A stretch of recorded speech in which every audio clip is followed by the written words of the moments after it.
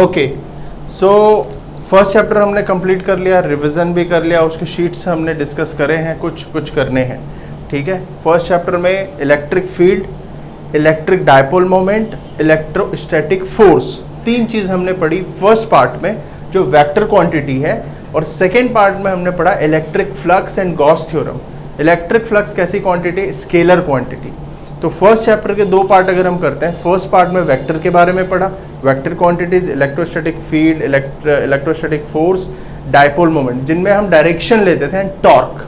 Second part में हमने पढ़ा फ्लक्स, जिसमें हम डायरेक्शन नहीं लेते थे, डायरेक्ट ऐड करते थे, वेक्टर अलजेब्रा सम, डायरेक्ट अलजेब्रा सम करते थे, और उसमें हमने गॉस थ्योरम से डिफरेंट एप्लीकेशन पढ़े। उसके इंपॉर्टेंट डेरिवेशन की लिस्ट मैंने लास्ट वाले वीडियो में बना दी है, कौन कौन से डेरिवेशन करने हैं, और फॉर्मूले सारे लिखवा दिए हैं। उसका आप एक माइंड मैप या शॉर्ट नोट्स बनाना, और मैंने उसमें डेरिवेशन का भी बताया कैसे करना है, जैसे verification of Coulomb's law with help of Gauss law, verification of Gauss law with help of flux, phi is equal to EDS cos theta. तो वो टोटल रिवाइज करें।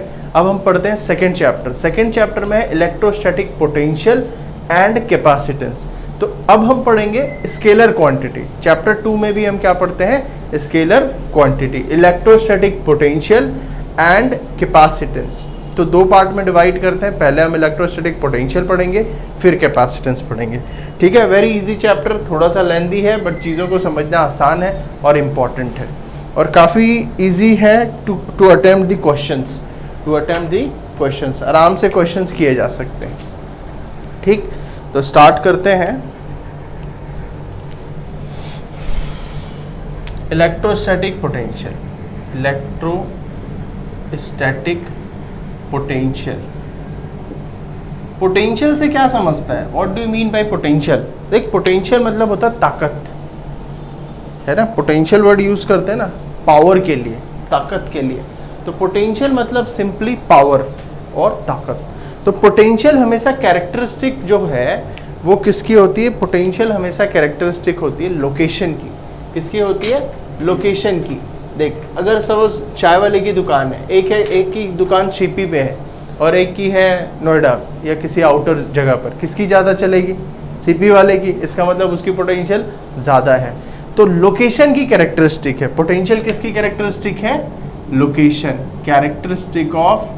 कैरेक्टरिस्टिक्स ऑफ लोकेशन, मतलब location to location potential change होती है। Potential होता क्या है? Suppose एक क्यू चार्ज यहाँ पर रखा हुआ है, दिस इज चार्ज क्यू। क्या इसके चारों ओर इलेक्ट्रिक फील्ड का एक रीजन होगा? यस सर, एक इलेक्ट्रिक फील्ड होगा अपना इसका, ठीक है। अगर सपोज मैं एक चार्ज लेकर यहाँ पर खड़ा हूँ, क्या मुझे इससे होल्ड करने के लिए वर्क डन की ज़रूरत है? नो। क्यों ज़रूरत नहीं है? क्योंकि कोई भी अपोजिशन नहीं है। इसका मतलब यहाँ पर इलेक्ट्रिक फील्ड है 0 और ये लोकेशन है इनफाइनाइट। इनफाइनाइट मतलब बहुत दूर, राइट। तो यहाँ पर वर्क डन भी क्या है? 0। Work done to carry a charge is 0 at infinite point, that is electric field is also 0। लेकिन अगर मैं इस चार्ज को उठाकर इस पॉइंट पे लाता हूँ, फील्ड के अंदर लेकर आता हूँ इस चार्ज को इस पॉइंट पे, late it B A point या एनीथिंग पी पॉइंट सपोज, तो क्या मुझे वर्क डन करना पड़ेगा? यस सर, क्योंकि ये क्या कर रहा है? अपने फील्ड से अपोज कर रहा है मुझे, और जहाँ पर अपोजिशन है वहाँ वर्क डन करना पड़ता है। तो the work done to carry charge from infinite to a point inside electric field is called electrostatic potential. Potential means energy, potential means work done. तो work done to carry, work done to carry a charge from infinite to a point inside electric field is called potential at that point, उस point का potential वो कहलाएगा। तो इसका मतलब V is equal to W by Q. Work done to carry a charge from infinite to a point inside electric field, ठीक। इस charge को हम कहते हैं टेस्ट चार्ज। क्या कहते हैं?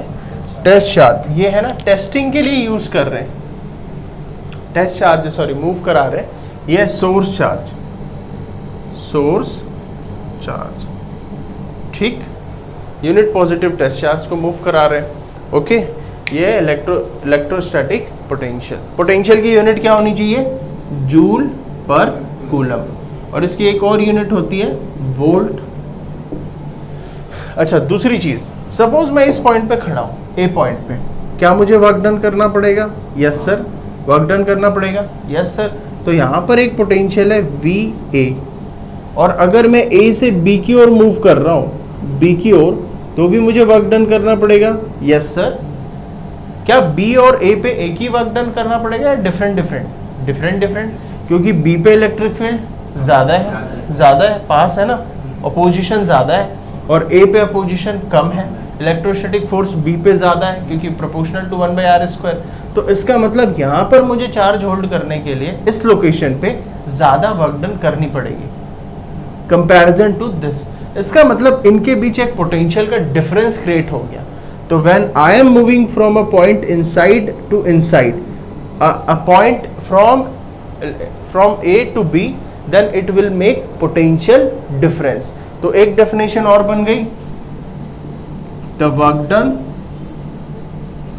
To carry charge from a point inside electric field to another point, then it is called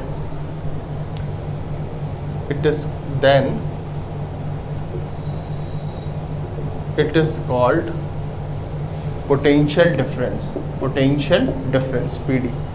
ठीक है, तो potential difference VAB is equal to VA minus VB is equal to potential difference में higher to lower, VA minus VB is equal to WBA by Q।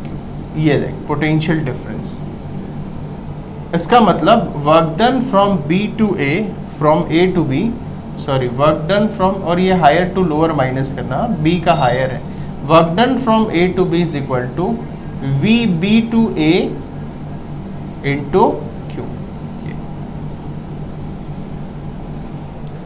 VB minus VA क्यों किया हुआ है? क्योंकि B का पोटेंशियल ज्यादा है A का कम। तो work done from B to A is equal, A to B is equal to VB minus VA into Q। ये है वर्क डन। ठीक, पोटेंशियल डिफरेंस जब हम अंदर मूव करते हैं इलेक्ट्रिक फील्ड के एक पॉइंट से दूसरे पॉइंट, और पोटेंशियल जब हम इनफाइनाइट से इसी पे एक पॉइंट का पोटेंशियल 0 पुट कर दे इनफाइनाइट पे, तो V बाई Q आ जाएगा, V बाई Q। ठीक है, ये सही है ना? ठीक, ओके, इसकी भी यूनिट सेम वोल्ट। अब हमें इसका डेरिवेशन करना है, क्योंकि W और Q ऐसी नोन क्वांटिटी नहीं है, एक्चुअल क्वांटिटी तो है Q एंड R। भाई एक चार्ज Q है और इससे मैं R दूरी पर खड़ा हूं P पॉइंट पे, मुझे बतानी कि इस पॉइंट पे पोटेंशियल की वैल्यू क्या है, तो वो होनी चाहिए Q और R के टर्म्स में।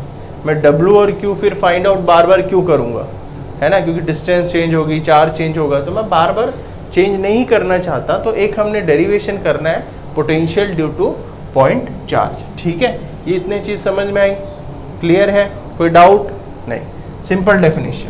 और ये कौन सी क्वांटिटी है? Scalar quantity. कौन सी quantity? It is scalar quantity, क्योंकि वर्क डन भी स्केलर और चार्ज भी scalar, so it is scalar quantity.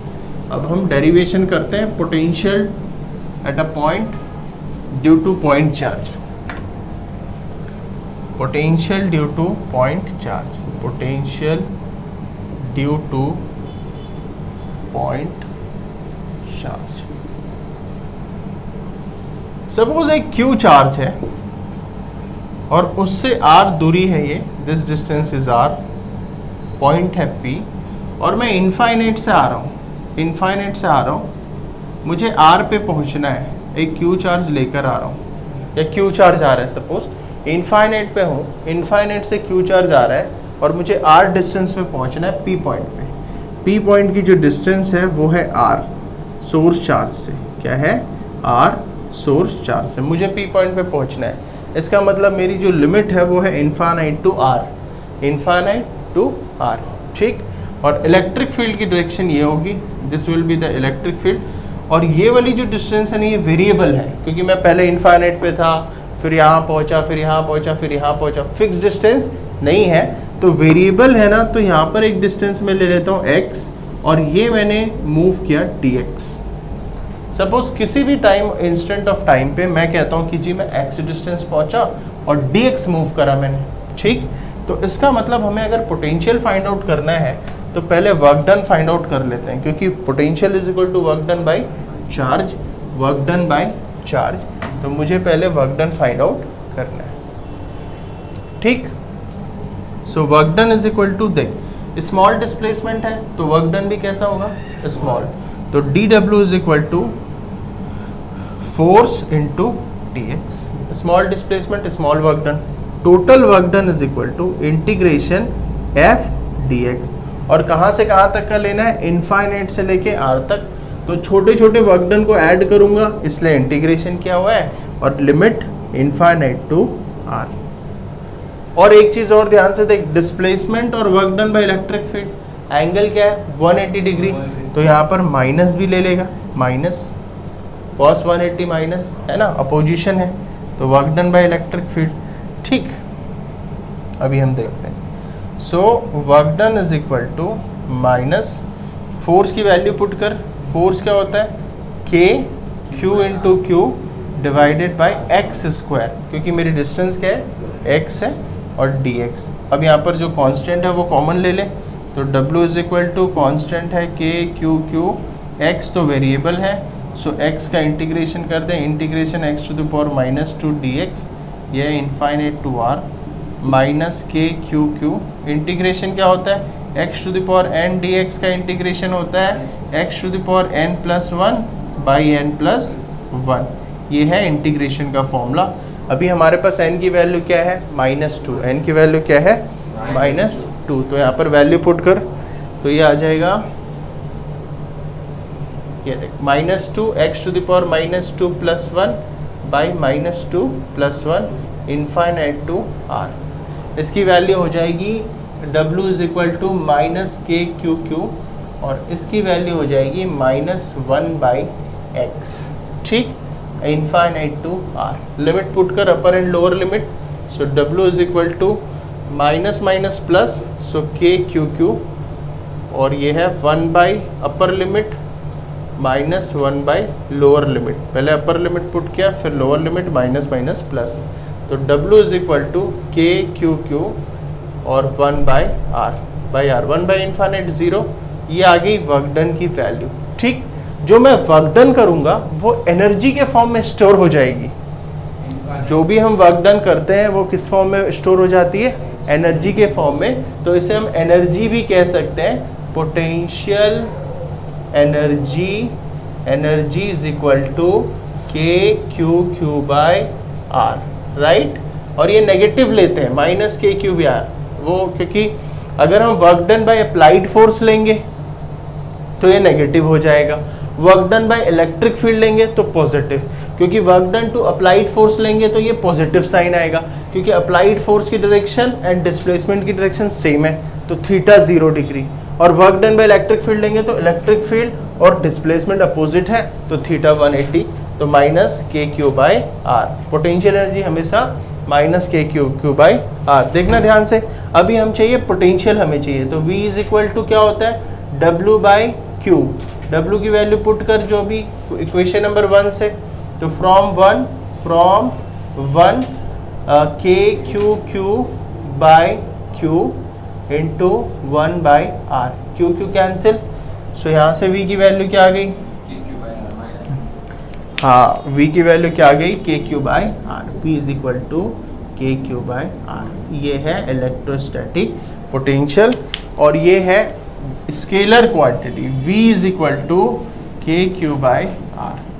Electrostatic potential due to point charge. ठीक। K की वैल्यू क्या होती है? 1/4 pi epsilon not for air, for medium 1/4 pi epsilon not into epsilon R. ठीक, ये है। अच्छा, ये आर कौन सी डिस्टेंस है? ये आर उस पॉइंट की डिस्टेंस है और उस चार्ज के बीच की। जिस चार्ज से हमें पोटेंशियल फाइंड आउट करनी है उससे उस पॉइंट की दूरी, जैसे यहाँ पर इस चार्ज की वजह से इस पॉइंट पे पोटेंशियल फाइंड आउट करनी है तो ये वाली डिस्टेंस लेंगे। हमेशा चार्ज से पॉइंट की डिस्टेंस, जिस पॉइंट पे फाइंड आउट करना है और चार्ज, सोर्स चार्ज के बीच की डिस्टेंस, सोर्स चार्ज के बीच की डिस्टेंस होती है आर। ठीक, इसका ध्यान रखना। तो एक फॉर्मूला ये आ गया इलेक्ट्रोस्टैटिक पोटेंशियल का, ये पोटेंशियल का फॉर्मूला आ गया, और एक फॉर्मूला हमारे पास ये मिल गया potential energy stored in a system. क्योंकि ये क्या बना रहा है? सिस्टम। दो चार्ज मिलकर क्या बनाते हैं? सिस्टम। तो potential energy due to system. ठीक, तो ये है डेरिवेशन फॉर पोटेंशियल। अभी हम इसके कुछ क्वेश्चंस करते हैं, बहुत इजी क्वेश्चंस होते हैं, डायरेक्ट एडिशन है, उसमें हमें और क्लियर अंडरस्टैंडिंग होगी पोटेंशियल कैसे फाइंड आउट करते हैं। ये क्लियर है? डेरिवेशन याद रखना है। सबसे पहले वर्क डन फाइंड आउट करना है, एक्स डिस्प्लेसमेंट dx छोटा सा work done, F dx total work done, integration limit infinite to R force K Q Q by X square, क्योंकि मैं x दूरी पर हूँ, और फिर इसका इंटीग्रेशन कर दे, अपर लोअर लिमिट पुट कर दे, w आ जाएगा, फिर v is equal to W by Q में पुट कर दे, v आ जाएगा। तो तेरी दो डेरिवेशन हो गई, पोटेंशियल एनर्जी की और पोटेंशियल की। क्लियर?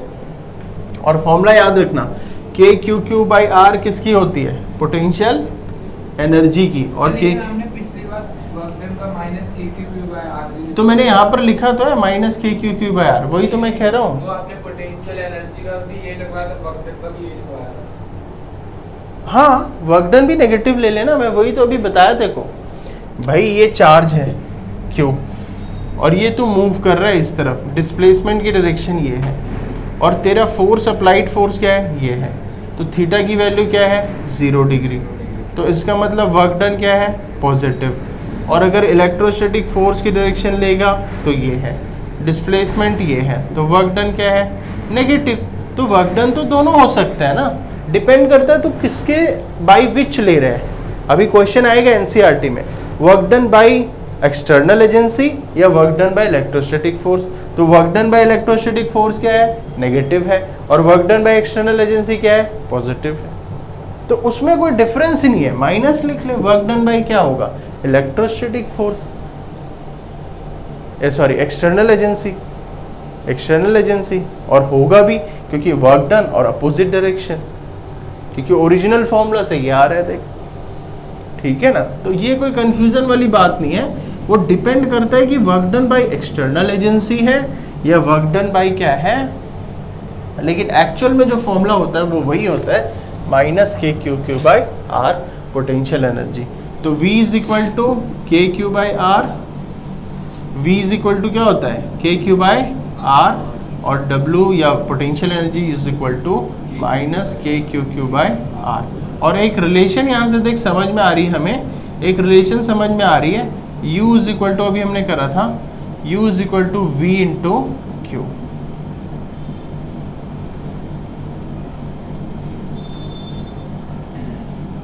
हाँ, ये और लिखा भी था work done is equal to potential difference into charge, ये वही ऊपर लिखा हुआ है ये फॉर्म। ठीक है? ओके। अच्छा, एक दो चीजें हम डिस्कस कर लेते हैं, फिर क्वेश्चंस करेंगे। देख क्वेश्चन पहले एक दो चीज, वर्क डन हमेशा किसका होता है, या एनर्जी के, पोटेंशियल एनर्जी हमेशा किसकी होती है? पोटेंशियल एनर्जी सिस्टम की होती है। किसकी होती है? सिस्टम की। अकेला चार्ज कभी भी एनर्जी क्रिएट नहीं करेगा, क्योंकि कोई अपोजिशन है नहीं। दो चार्ज या दो से ज़्यादा चार्ज होंगे उसे हम सिस्टम कहते हैं, और उसकी एनर्जी होती है। तो सपोज अगर तूने टू चार्ज सिस्टम ले लिया, two charge system, two charge system क्या है? ये Q1 है, इसकी लोकेशन है R1, Q2 है, लोकेशन है R2, और बीच की डिस्टेंस है R12। तो पोटेंशियल क्या हो जाएगी? Energy K Q1 Q2 by K Q1 Q2 by R12। अगर थ्री चार्ज सिस्टम ले लिया, थ्री चार्ज सिस्टम ले लिया तो क्या हो जाएगी? देख, थ्री चार्ज सिस्टम में ये है, सपोज एक ट्रायंगल है, इनकी लोकेशन है Q1 Q2 Q3 Q1 Q2 Q3 R12 R13 R23 suppose. तो अब इनके बीच की कितनी एनर्जी होगी? 3 एनर्जी, क्योंकि 3 है ना, 3 ग्रुप है तो 3 एनर्जीज होंगी। तो एनर्जी इनकी लिख ले, energy of this U is equal to U1 plus U2 plus U3। 3 energy, 3 systems है, राइट। तो यहाँ पर U is equal to K Q1 Q2 by R12 plus K Q2 Q3 by R23 plus K Q3 Q1 by R31। ये देखिए 3 charge system. अब 4 charge system ले ले एक बार, 4 चार्ज सिस्टम ऐसा Q1 Q2 Q3 Q4 R12 R23 R34 R14। बताओ इसमें कितने पेयर्स हैं? 6 पेयर। एक ये भी तो पेयर है और एक ये भी पेयर है, तो टोटल 6 एनर्जी होंगे। क्योंकि 6 पेयर हो रहे हैं तो इसका मतलब energy is equal to K इन दोनों का Q1 Q2 by R12 plus K Q2 Q3 by R23 R23 का लिया, फिर 3 4 का ले, plus K Q3 Q4 by R34 plus K Q4 Q1 by R41, फिर इन 2 का ले Q1 Q3 plus K Q1 Q3 by R13 plus K है Q2 Q4 by R24 ये 6 एनर्जी हो गई। ऐसे पेयर हमें प्रोड्यूस करके फाइंड करनी है एनर्जी। क्लियर है? समझ में आया या कोई डाउट है? अब क्वेश्चन करते हैं, फिर आप देखना कोई डाउट हो तो अभी हमने 3 चीज़ पढ़ ली, potential difference and potential energy.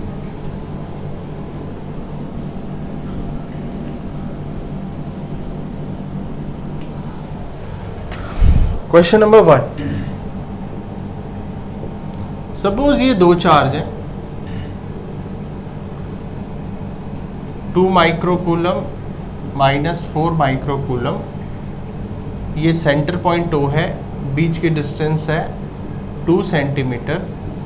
Find potential at centre, find potential at centre. ठीक, याद रखना पोटेंशियल स्केलर क्वांटिटी है तो Q विथ साइन लेते हैं। जैसे इलेक्ट्रिक फील्ड में Q की मैग्नीट्यूड लेते थे ना, यहाँ पर विथ साइन लेते हैं। ठीक है, O पॉइंट पे कितने पोटेंशियल होंगे? 2। एक इसकी वजह से, एक इसकी वजह से, ऐड कर, डायरेक्ट एडिशन, क्योंकि बोला scalar quantity, algebra addition. V is equal to V1 K Q है 2 माइक्रोकूलम, डिस्टेंस क्या है 1 सेंटीमीटर, मिड पॉइंट है ना, plus K into Q2 minus 4 microcoulomb divided by 1 centimetre. Distance क्या है 1 सेंटीमीटर, चार्ज से इस पॉइंट की दूरी। तो V is equal to K by 1 centimetre और ये हो जाएगा -2 microcoulomb. So V is equal to 9 into 10 to the power 9 into -2 10 to the power -6 divided by 1 into 10 to the power -2। यहाँ से फाइंड आउट कर ले value, 18 into 10 to the power, ये हो जाएगा तेरा 6 3 और 2 5। और इसकी यूनिट क्या होती है पोटेंशियल की? वोल्ट। क्वेश्चन नंबर 2,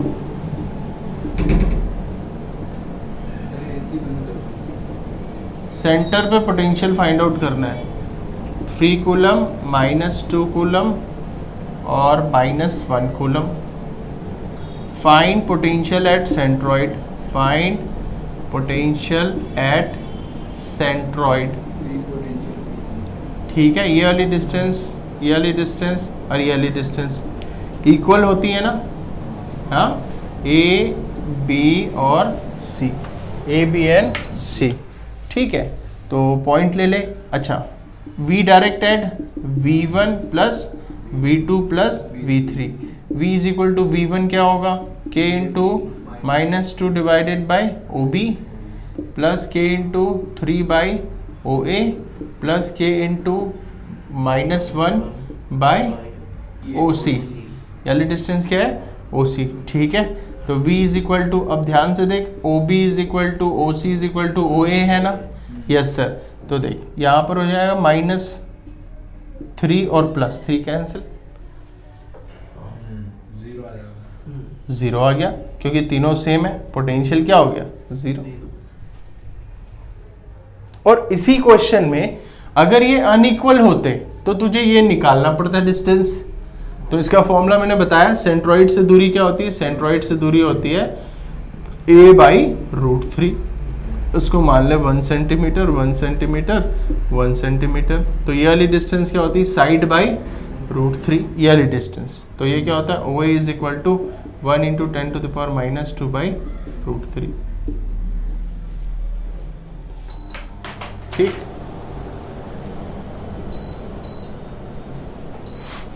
ठीक है, क्लियर, समझ में आना, ये इस तरीके से फाइंड आउट करना है, ठीक।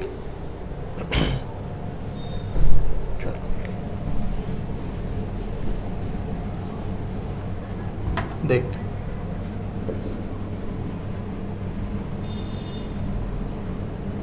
ये एक रेगुलर हेक्सागन है, regular hexagon.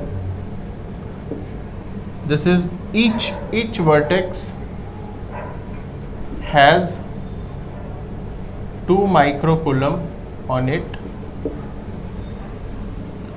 and side is 2 centimetre.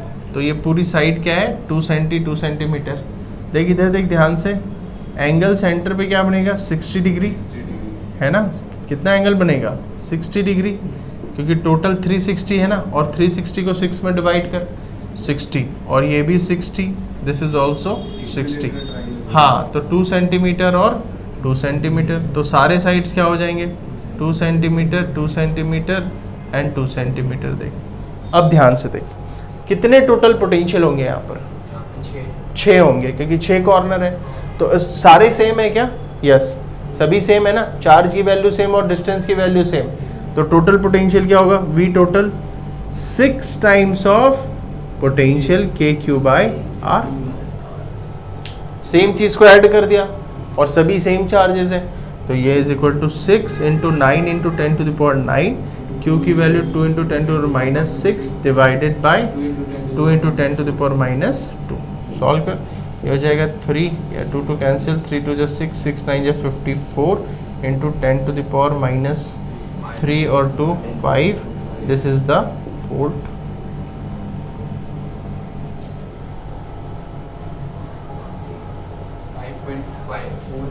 हाँ, 5.4 ले सकता है फिर उसको।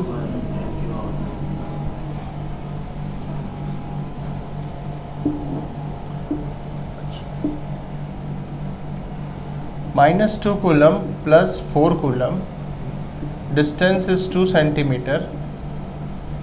Find a point between the charges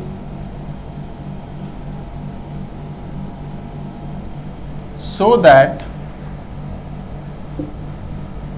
potential is 0, potential is 0 at that point, तो जैसे वहाँ पर हम फाइंड आउट करते थे इक्विलिब्रियम पॉइंट, यहाँ पर हमें ऐसा पॉइंट फाइंड आउट करना है जहाँ पर पोटेंशियल क्या हो, 0 हो। वो सेंटर नहीं हो सकता क्योंकि अनइक्वल चार्ज है, बट कोई ना कोई पॉइंट तो है।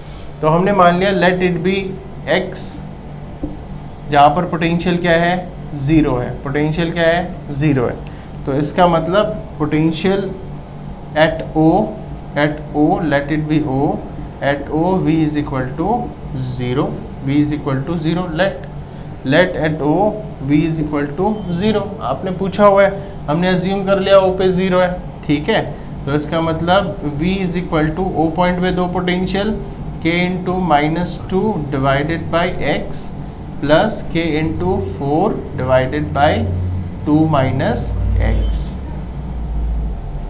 और V क्या है 0, तो यहाँ पर -2k by x plus 4k by 2 minus x, इसको शिफ्ट कर 2k by x is equal to 4k by 2 minus x, k cancel, 2 2 ज़ा 4, और ये हो जाएगा 2 minus x is equal to 2x, 2 is equal to 3x, x is equal to 2/3 centimetre.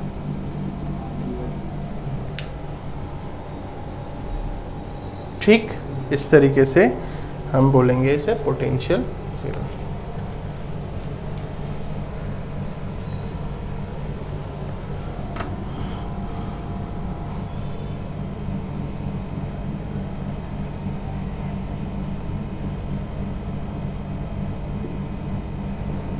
ये एक square है जिसकी साइड ए है, साइड ए। हमें बताना है find first potential at centre, second potential energy of system, potential energy of system. करें try. चलो, तो पहले पोटेंशियल सेंटर पे कितने होंगे टोटल? 4। ये वाली डिस्टेंस ले ले, ये होता है टोटल डायगोनल। क्या होता है diagonal of square?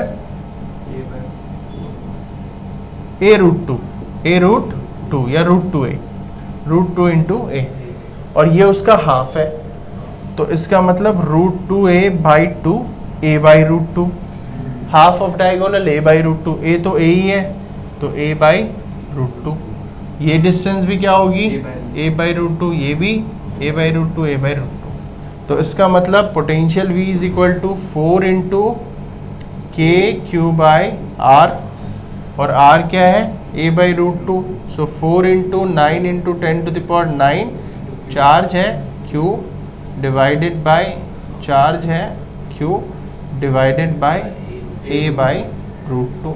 So V is equal to 9 4 ज़ा 36√2 into 10⁹9 Q divided bye A।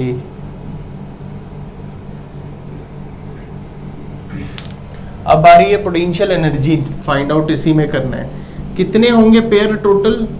4। अभी बताया था भाई साहब, 6 पेयर है। 1 2 3 4 5 6 अभी बताया था। तो देख ध्यान से, अब ध्यान से देख, ये वाली डिस्टेंस क्या है? √2a, और ये वाली डिस्टेंस भी √2a। क्या इनके बीच की और इनके बीच की पोटेंशियल एनर्जी सेम होगी? यस, चार सेम, डिस्टेंस सेम, तो ये ऐड होकर 2 टाइम्स हो जाएंगे। और क्या इन चारों की पोटेंशियल एनर्जी सेम होगी? यस, क्योंकि ये साइड चार्ज सेम, तो ये 4 टाइम्स हो जाएंगे। तो इसका मतलब potential energy is equal to 4 times of, इनके बीच की एनर्जी क्या है? k/q डिवाइडेड बाय डिस्टेंस है a, और ये माइनस लगता है पोटेंशियल एनर्जी में, फिर है प्लस, और इनका क्या हो जाएगा 2, इनका k/q minus k/q divided bye √2a का। ठीक, ये 2 टाइम्स क्योंकि 2 एनर्जी है, और ये टोटल 4 एनर्जी है सेम, तो 4 टाइम्स। तो potential energy is equal to -4k/q² plus या -2k/q²/√2a। ये कैंसिल हो जाएगा, ऊपर √2 आ जाएगा। So potential energy is equal to, common क्या आ रहा है? k/q² माइनस अंदर रहता है 4 माइनस √2 माइनस भी कॉमन ले लिया प्लस। ठीक, ऐसे सेटल कर, और यूनिट क्या होगी? वोल्ट।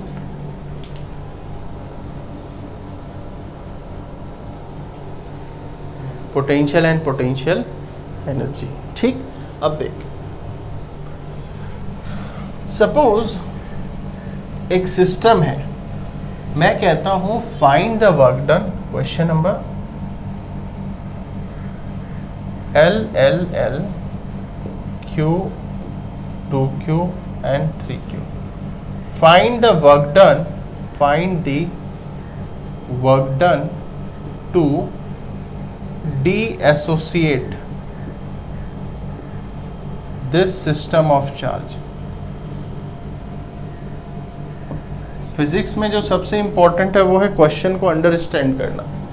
तो इसमें क्या कह रहा है, बताओ इस सिस्टम को भंग करने के लिए, डीएसोसिएट करने के लिए कितना वर्क डन करना पड़ेगा। अच्छा, अगर ये यहाँ पर रुके हुए हैं, वैसे तो ये एक दूसरे को अपोज करते हैं, तो अगर यहाँ पर ये होल्ड किए हुए हैं, इसका मतलब इनके पास एनर्जी है, पोटेंशियल एनर्जी, तभी ये ठहरे हुए हैं। तो जितनी पोटेंशियल एनर्जी इनके पास है उतनी वर्क डन अगर हम अप्लाई कर दें अपोजिट डायरेक्शन में, तो ये क्या हो जाएंगे, डीएसोसिएट। तो इसका मतलब हमें अल्टीमेटली वो पूछ क्या रहा है, पोटेंशियल एनर्जी, क्योंकि वर्क डन ही क्या होता है, एनर्जी होता है। Work done is equal to क्या होता है, potential energy, work energy theorem. तो पोटेंशियल एनर्जी फाइंड आउट कर ले। फिर से वो 3 सिस्टम ऑफ चार्ज, तो K इंटू इनका हो जाएगा 2Q square minus divided by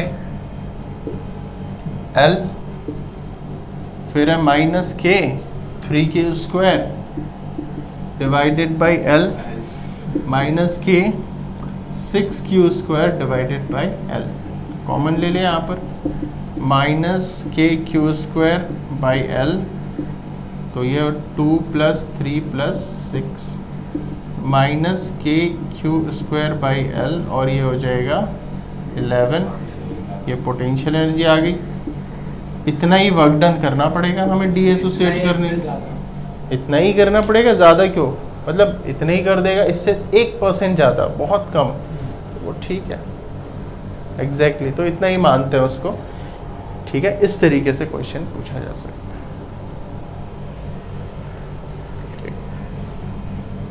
अब सेकेंड,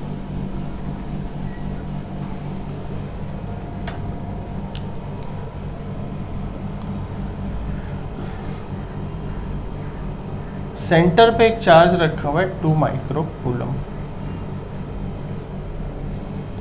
इस पॉइंट A पॉइंट है, दिस इज पॉइंट B, और ये है 2 सेंटीमीटर का स्क्वायर। मुझे बताना है find work done from A to B, find work done to move a charge of 1 microcoulomb from A to B, ये पूछो। ठीक, अब देख, अभी एक फॉर्मूला पढ़ाया था, work done from A to B is equal to VB minus VA into Q charge. ये Q कौन सा है, जिसे हम मूव करा रहे हैं, टेस्ट चार्ज, ये अलग Q जिसे हम मूव करा रहे हैं। ठीक, और ये VA क्या है, VA A पे पोटेंशियल, और VB क्या है, B पे पोटेंशियल। ठीक, अब ध्यान से देख, VA पे A पॉइंट पे पोटेंशियल VA है ना, तो VA की वैल्यू क्या होगी, K into Q by R। Q कौन सा लेंगे, 2 माइक्रोकूलम, क्योंकि ये यहाँ पर पोटेंशियल अप्लाई कर रहा है, और ये वाली डिस्टेंस अभी बताया था A/√2, तो 2/√2 सेंटीमीटर, और ये वाली डिस्टेंस भी क्या है, 2/√2, मतलब √2। सो Q है 2 × 10⁻⁻⁶/√2, और VB क्या है, K × 2 × 10⁻⁻⁶/√2। तो work done is equal to VA minus VB into Q, या VB माइनस VA ले लें, वो तो हायर पोटेंशियल लोअर माइनस करते हैं, याद रखना। तो अभी तो कर, अब ध्यान से देख, क्या VA और VB इक्वल है, यस सर, VA और VB इक्वल है, यस, तो इसका मतलब वर्क डन क्या हो जाएगा, 0। इसका मतलब अगर सेम पोटेंशियल है तो work done to move a charge is what, 0। ये मैं आपको पढ़ाऊंगा, ये अभी आएगा, इक्विपोटेंशियल सरफेस। ये जो सरफेस है equipotential surface, equipotential surface equipotential point, sorry surface तो नहीं, इक्विपोटेंशियल पॉइंट्स हैं। इक्विपोटेंशियल पॉइंट मतलब जहाँ पर पोटेंशियल इक्वल होते हैं वहाँ हमें वर्क डन की वैल्यू 0। इस तरीके से क्वेश्चंस। तो work done, potential and potential energy की हमने कुछ क्वेश्चंस करे। अब मैं आपको एक इलेक्ट्रोस्टैटिक के बारे में थोड़ा सा कुछ बताना चाहूँगा, उसके बाद हम क्लोज करेंगे आज का सेशन। फिर नेक्स्ट क्लास में हम पढ़ेंगे इलेक्ट्रिक फील्ड एंड पोटेंशियल के बीच में रिलेशन। ठीक, अब ध्यान से देखिए। फोर्स 2 टाइप के होते हैं, conservative and non conservative force. Conservative and non conservative force. Conservative force का मीनिंग क्या है? कंजर्वेटिव फोर्स मतलब the force which is independent of path, the force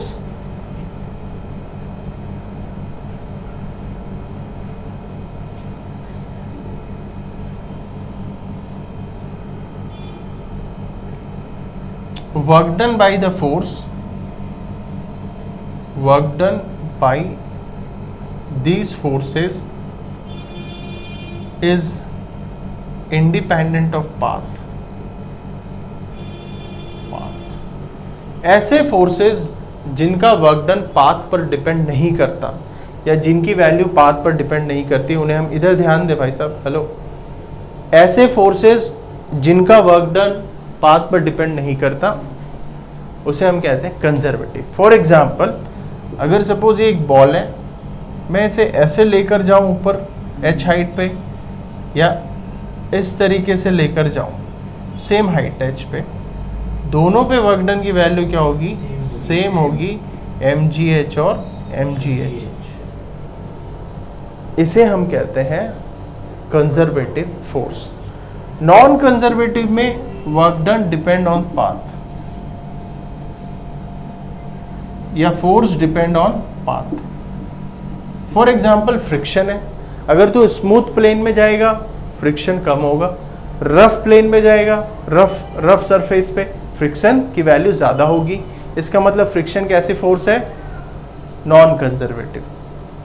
अगर तू स्मूथ सरफेस पे चलेगा तो वर्क डन कम करना पड़ेगा, और रफ सरफेस पे चलेगा तो वर्क डन ज़्यादा करना पड़ेगा। इसका मतलब फ्रिक्शन कैसा फोर्स है? Non conservative. हाँ जी, इलेक्ट्रोस्टैटिक कैसा हुआ? Example, gravitational force. ग्रेविटेशनल कैसे? इलेक्ट्रोस्टैटिक अभी तो बताया, यही तो है ग्रेविटेशनल फोर्स। दोनों पे वर्क डन सेम है ना, ऊपर तो लेके जाएगा तो ग्रेविटी तो सेम लगेगी। नहीं, पॉइंट तो सेम है ना, बट जहां तू जा रहा है ये हाइट क्या है? सेम है, पहुंच तो वहीं रहे।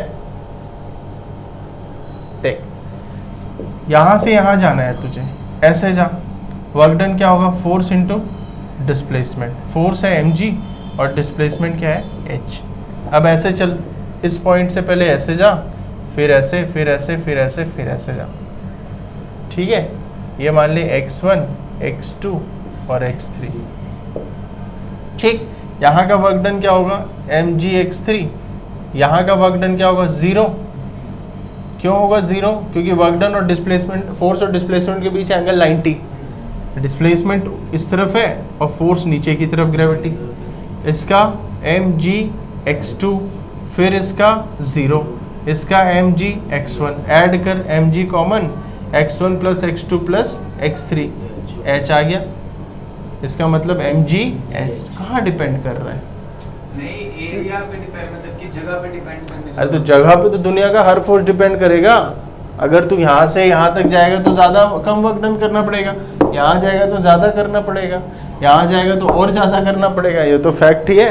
ऐसा थोड़ी ना मैं कह रहा हूँ कि भाई यहाँ से दिल्ली से तो बॉम्बे जाएगा तो भी सेम वर्क डन करना पड़ेगा, और बैंगलोर जाएगा तो भी सेम। भाई डिस्टेंस चेंज होगी तो वर्क डन तो चेंज होगा। मैं वो बात नहीं कर रहा हूँ, मैं कह रहा हूँ सेम इनिशियल और फाइनल पॉइंट के बीच में तू ऐसे जा, या ऐसे जा या ऐसे जा, सब पे वर्क डन सेम करना पड़ेगा। पाथ कैसा है वो डिपेंड नहीं करता, केवल वर्क डन की वैल्यू किस पे डिपेंड करती है, depends on initial and final position. वो तो है ही बात, ऑब्वियसली वो तो हमेशा ही करेगा, इनिशियल और फाइनल पोजीशन के बीच की डिस्टेंस बढ़ाएगा। बट अगर ये पॉइंट फिक्स है तो फिर तू कैसे भी जा, चाहे तो तू ऐसे घूम कर, ऐसे ऐसे करके घूम कर इस पॉइंट पे जा, ठीक। ये friction force, viscous force etcetera.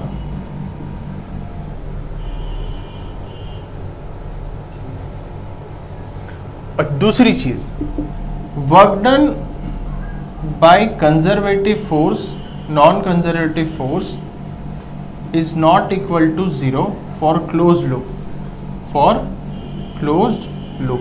कैसे देख, सपोज ये तो एक सरफेस पे जा रहा है, एक बॉक्स को पुश कर रहा है, फ्रिक्शन किस तरफ है, अपोजिट साइड, फ्रिक्शन है अपोजिट साइड, डिस्प्लेसमेंट तूने किया x, फिर वापस तू इधर आया, डिस्प्लेसमेंट x किया और फ्रिक्शन इस तरफ, A से B गया और फिर B से वापस A आया।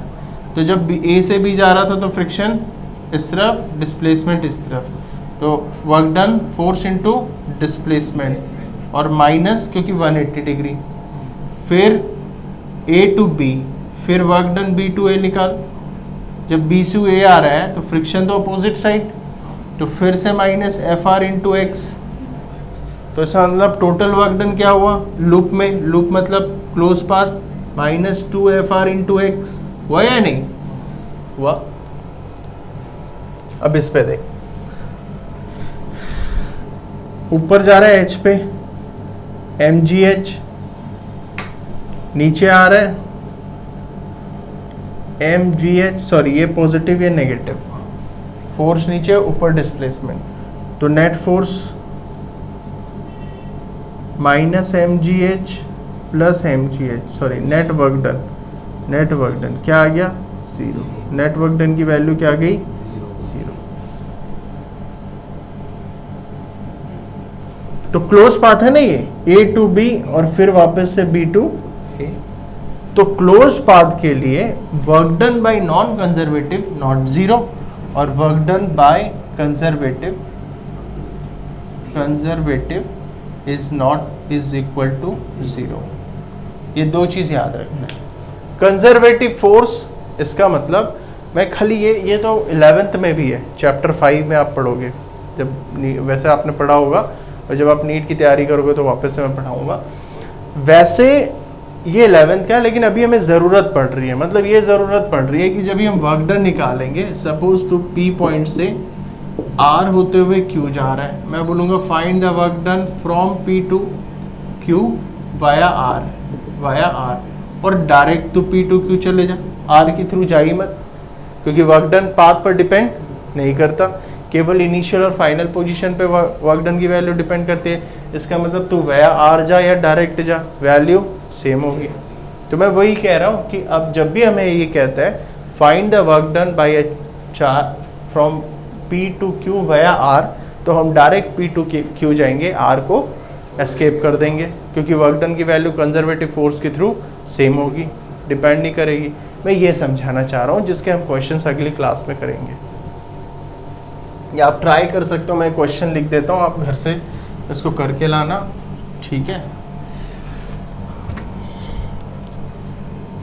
ये एक पॉइंट है P, इसको नोट डाउन कर लो आप, इसकी लोकेशन है, ये मैं ले लेता हूँ सपोज y(x), ठीक, इसकी लोकेशन है 0,3,0 एंड इस Q की लोकेशन है 4,0,0 और यहाँ एक पॉइंट आ रहा है जिसकी है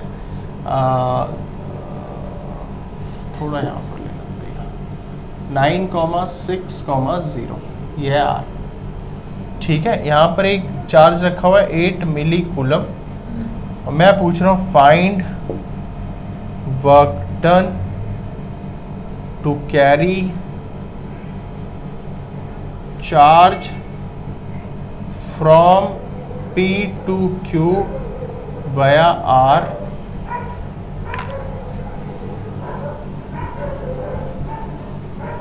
charge of 2 microcoulomb from P to Q via P से Q जाना है via R, हमें फाइंड आउट करनी है वर्क डन और कैरी करके लेके जा रहे हैं 2 माइक्रो। तो ये आप क्वेश्चन करना, अभी मैंने आपको कॉन्सेप्ट बता दिया है। जीरो नहीं आएगा इसका? वर्क डन जीरो कैसे आ जाएगा, ट्राई करना एक तो घर पे तो। हाँ हाँ आर, ये 6,9,0 आर, ठीक है, ट्राई करना एक बार घर पे। मतलब आर को नेगलेक्ट नहीं कर सकते ना, आर को लेके चलना पड़ेगा। अभी तो वही बताया कि पी से डायरेक्ट क्यू चले जाना, आर को नेगलेक्ट कर देना। आपने मतलब आया आर, तो वह आर मैंने बोला है, बट वर्क डन तो सेम होगी। तुझे पी से क्यू जा या वह आर जा, तो फाइनल आंसर तो सेम होगा। मैंने बोला फाइंड द वर्क डन, तो तू ऐसा फाइंड आउट करके बता देना, वह आर में भी इतना ही तो आएगा। और फिर क्वेश्चन में पूछता भी है कि वाई वी नेगलेक्ट आर, तो फिर रीज़न दे देना कंजर्वेटिव नॉन कंजर्वेटिव, जो मैंने आप को बताया हुआ था। ठीक है, तो आज हमने क्या पढ़ा, electrostatic potential, potential energy and work done. इसके कुछ क्वेश्चंस किए, बाकी शीट्स में होंगे, आप प्रैक्टिस करके आना। नेक्स्ट क्लास में मैं इलेक्ट्रिक फील्ड और पोटेंशियल के बीच में एक रिलेशन बताऊंगा, और हम फिर इसके आगे का पार्ट कंप्लीट करेंगे, डाइपोल की वजह से पोटेंशियल। ठीक।